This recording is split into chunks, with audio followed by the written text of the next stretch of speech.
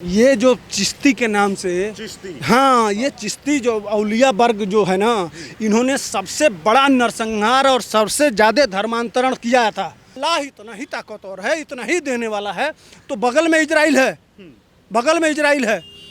तुम्हारे 57 देशों की पुंगी बजाता है रोज, 2-2 बार आक्रमण किए। कहाँ था तुम्हारा अल्लाह? क्या कर रहा था? नींद में था। बगल में चीन है, चीन क्या कर रहा है?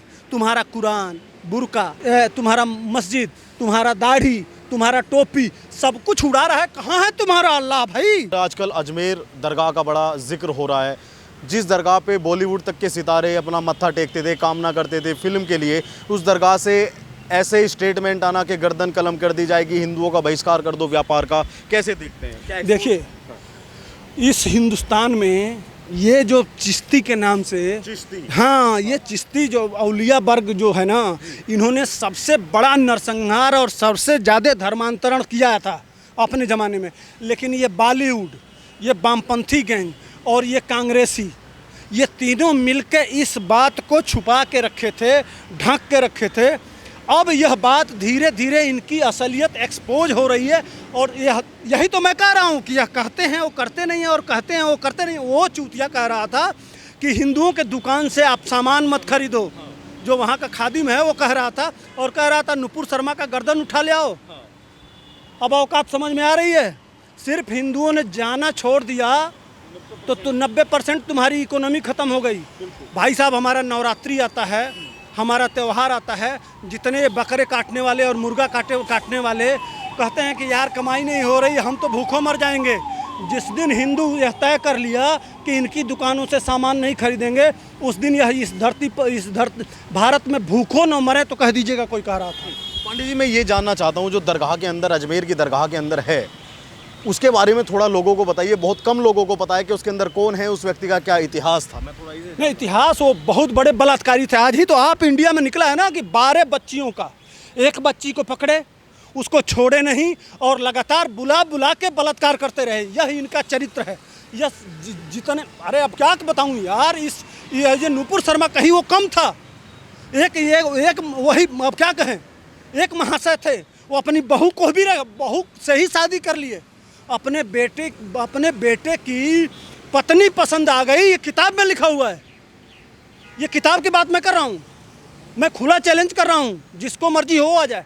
अपनी बहू से ही शादी कर लिए। एक तरफ हमारे प्रभु राम जो थे, वह बाली का वध कर दिए। इसलिए वध कर दिए कि हाँ, अनुज सुता माने छोटे भाई की पत्नी, अनुज भगनी माने बेटी, अनुज सुता भगनी सुत नारी माने बेटे की पत्नी। मम दृष्टि मह ये समचारी, ये चारों समान होती हैं। इन्हीं कुदृष्टि बिलोक ही जो इन पे बुरी दृष्टि डालता है, वो ताहि बधे कछु पाप न हुई। एक तरफ ये विशेष समुदाय का धर्म है, जो अपने बेटे की पत्नी से शादी कर लेता है। वो आदमी 12 साल में 18 शादी, 12 साल में 18 शादी कोई करता है, उसको ये लोग चरित्रवान मानते हैं। लेकिन प्रभु राम ने, किसी दूसरे ने यह कुकर्म किया, उसका वध किया। यह है हमारे सनातन। गर्व है हमको सनातन पे। इनको जो इस तरह से बात करते हैं, वो अगर सही बात है, सुप्रीम कोर्ट से लेकर सारे कोर्टों में। एक चीज़ बताऊँ आपको, मैं आपको मोबाइल निकालता हूँ, मैं जितने लोग हैं चले जाइए, खुला चैलेंज करता हूँ, खुला चैलेंज करता हूँ। एक काम करिए कि आप इस पर लिखिए कि आसमानी किताब का नाम रख दीजिए, और लिखिए कि आसमानी किताब की 24 आयतों पर दिल्ली कोर्ट का फैसला। दिल्ली कोर्ट ने माना कि इस आसमानी किताब की वजह से समाज में बहुत घृणा फैल रही है। समाज में असली दुश्मनी और जो कुछ भी आप इस देश में और दुनिया में देख रहे हैं, वह सारा का जड़ ये है। ये हमारे कोर्ट ने कहा है। सुप्रीम कोर्ट को यह देखना चाहिए। जिस तरह से सुप्रीम कोर्ट पर पूरे देश के मौलाना कह रहे हैं कि नहीं, सुप्रीम कोर्ट ने ऐसा क्या, तो भाई दिल्ली कोर्ट ने, यह भी जज ने लिखा है कि उस आसमानी किताब में ऐसा है। या खुला चैलेंज है, दिल्ली कोर्ट का फैसला है, मैं कोई कहने वाला नहीं हूँ, मेरा कोई राइट नहीं है। ये कोर्ट कह रहा है कि दिल्ली का कोर्ट कह रहा है, जज कह रहा है कि हाँ, इस आसमानी किताब की वजह से दुनिया में जो भी आतंकवाद और जो भी गले काटे जा रहे हैं वो असली कारण यह है। हिंदुओं का कहना है कि शव पूजा हमारी पूजा पद्धति में नहीं है, लेकिन उसके बावजूद भी हम देखते हैं कि अजमेर की दरगाह पे या कोई पीर बाबा, वो काफ़ी हिंदू जाते हैं। आपके अनुसार क्या हिंदुओं की पूजा पद्धति है? देखिए, यह हिंदुओं को कन्वर्जन के लिए ये बनाया गया है। हाँ। इस्लाम में भी नहीं है और हिंदू में भी नहीं है, लेकिन सबसे ज़्यादा दोगले वो ये छोटे छोटे बच्चों को लेके इन मुसलमानों के पास, अरे मुसलमान कुछ नहीं है उसमें, वो बताया ना, उसमें कुछ नहीं है भाई। ये इस्लाम और ये मौलाना ये डेली वीडियोज आते हैं, ये सिर्फ आपको चरित्रहीन लोग वहाँ मत जाया करिए। अपने धर्म कहीं हम 100 की पूजा नहीं करते, मरी हुई लाश की पूजा नहीं होता। जो लाश बन गया उसमें क्या है, कोई ताकत नहीं है। न मौलाना के मंत्रों को पढ़िए, वो इस्लाम में कहीं कोई प्रार्थना है ही नहीं, ईश्वर से कहीं कोई लगाव है ही नहीं। इस्लाम एक पॉलिटिकल एजेंडा है जो सिर्फ अय्यासी पे टिका हुआ है। अगर सही ढंग से जानेंगे, हमारे हिंदू धर्म के भाई लोग पढ़िए और जानिए, और इन लाशों पे जाके पूजा करना बंद करिए और औरतों इनके पास जाना बंद करिए। आप हनुमान चालीसा पढ़ के, प्रभु राम का नाम लिख के और अपने बच्चों को घोल पानी में डाल के पिला दो। देखो तुम्हारे बच्चे ठीक नहीं होते हैं तो कह देना, इनके पास मत जाओ। ये असली सच्चाई है। तुम अपने देवताओं का नाम रख के और अपने बच्चों को देखो, वो एक दिन में ठीक होंगे। इनके पास जाओगी तो तुम्हारा हश्र बहुत बुरा होगा। जो कल योगी जी ने बोला जनसंख्या को लेकर, उसे आप कैसे देखते हैं? नहीं, देखना क्या है। हाँ। ईरान, अफगानिस्तान, पाकिस्तान, बांग्लादेश, ये जितने देश इस देश से कटे हैं, वहाँ पहले किसकी संख्या ज़्यादा थी? हिंदुओं की। लेकिन आज के डेट में वहाँ कितने प्रतिशत हिंदू हैं?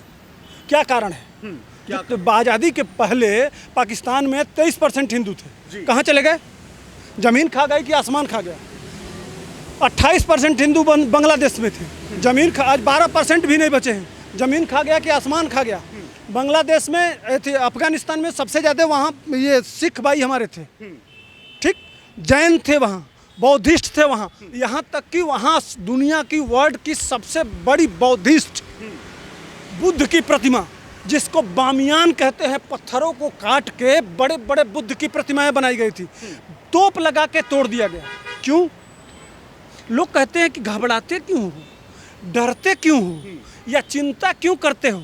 भैया, तुम्हारे कथनी और करनी को देखने के बाद और पड़ोस में तुम्हारे कुकर्म को देखने के बाद हमारे नेता उठाते हैं, इसलिए कि यह समाज तथा कथित जो विशेष समुदाय है, जो कहता है वो करता ही नहीं है, और जो करता है वो कहता ही नहीं है। ये दोगला चरित्र को देखते हुए हमारे बड़े नेता लोग यह सोच रहे हैं कि भाई इस देश में पानी कम है, ज़मीन कम है, संसाधन कम है, इसलिए अगर आबादी और बढ़ती रही तो न पीने को पानी मिलेगा, न रहने को घर मिलेगा, न खाने को अनाज मिलेगा। तो इस समस्या को लेके हमारे मोदी जी चिंता हैं। और जब भी देखिए, अभी इसलिए चिंतित हैं कि आप देखे होंगे झारखंड में एक विद्यालय में जहां इनकी संख्या ज़्यादा है, 70% हो गई है, वो कह रहे हैं कि प्रार्थना अब हाथ जोड़ के नहीं होगा, जो परंपरागत सनातनी प्रार्थना है वो प्रार्थना नहीं होगा, अब दूसरे तरह का प्रार्थना होगा। उसको सीरिया बनाना चाहते हैं, उसको अफ़गानिस्तान बनाना चाहते हैं ये लोग। तो ऐसी जहां इनकी संख्या ज़्यादा हो जाएगी, जब इस तरह के कुकर्म करोगे तो जनसंख्या नियंत्रण तो होना चाहिए, और जनसंख्या नियंत्रण के बिना इस देश का कल्याण नहीं होना है। मेरा एक सवाल ये है, आप अभी कह रहे थे कि खाना थोड़ा पड़ जाएगा, ज़्यादा जनसंख्या होगी, पानी थोड़ा पड़ जाएगा, लेकिन जो बर्क हैं, जो समाजवादी पार्टी के सांसद हैं, वो कह रहे हैं कि अल्लाह की देन है और अल्लाह जिसको पैदा करता है उसके खाने पीने का इंतज़ाम भी करता है। तो अल्लाह करता है तो अल्लाह से ही मांगो, क्यों मोदी से मांगते हो? डेली तुम्हारा वो हैदराबाद का जो गटर जब भी वो बोलता है, गटर की तरह से उड़ेल देता है, गंदगी उड़ेलता है।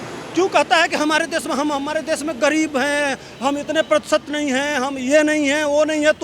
तुम भी सांसद बने हो, तुमको भी वही समस्या है, तो अल्लाह से ही मांगो ना। मैं रोटी अल्लाह से मांगो, कपड़ा अल्लाह से मांगो, घर अल्लाह से मांगो, मोदी से जो क्यों मांगते हो?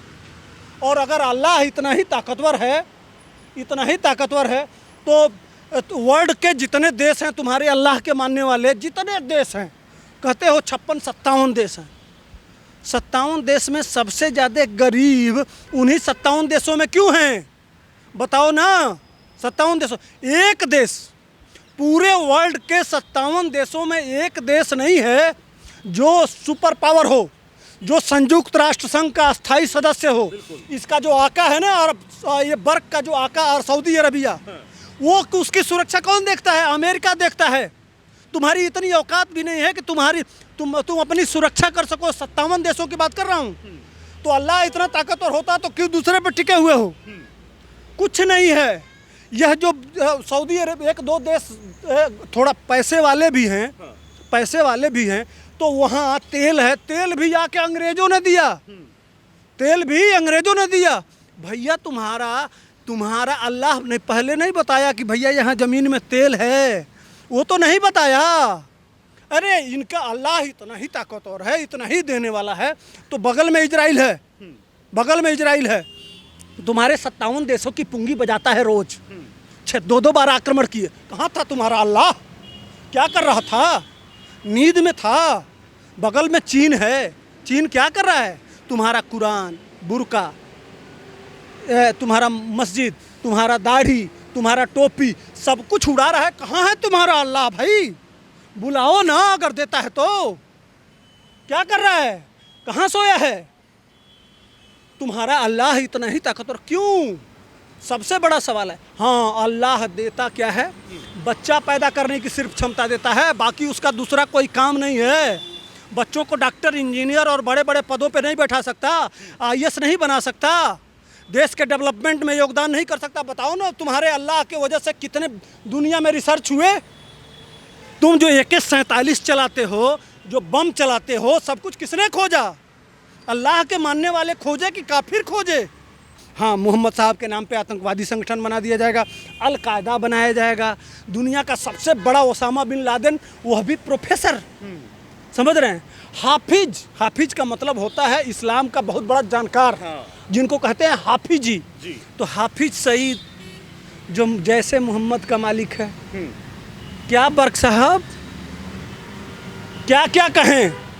किसी ने कुछ कह दिया, सही बात कह दिया, आपके किताब के हिसाब से कह दिया, तो आप गला काट रहे हैं। यह अल्लाह ने दिया होगा, यह आपके रिलीजन ने दिया होगा, यह संबंध जो सामने दिखाई दे रहा है।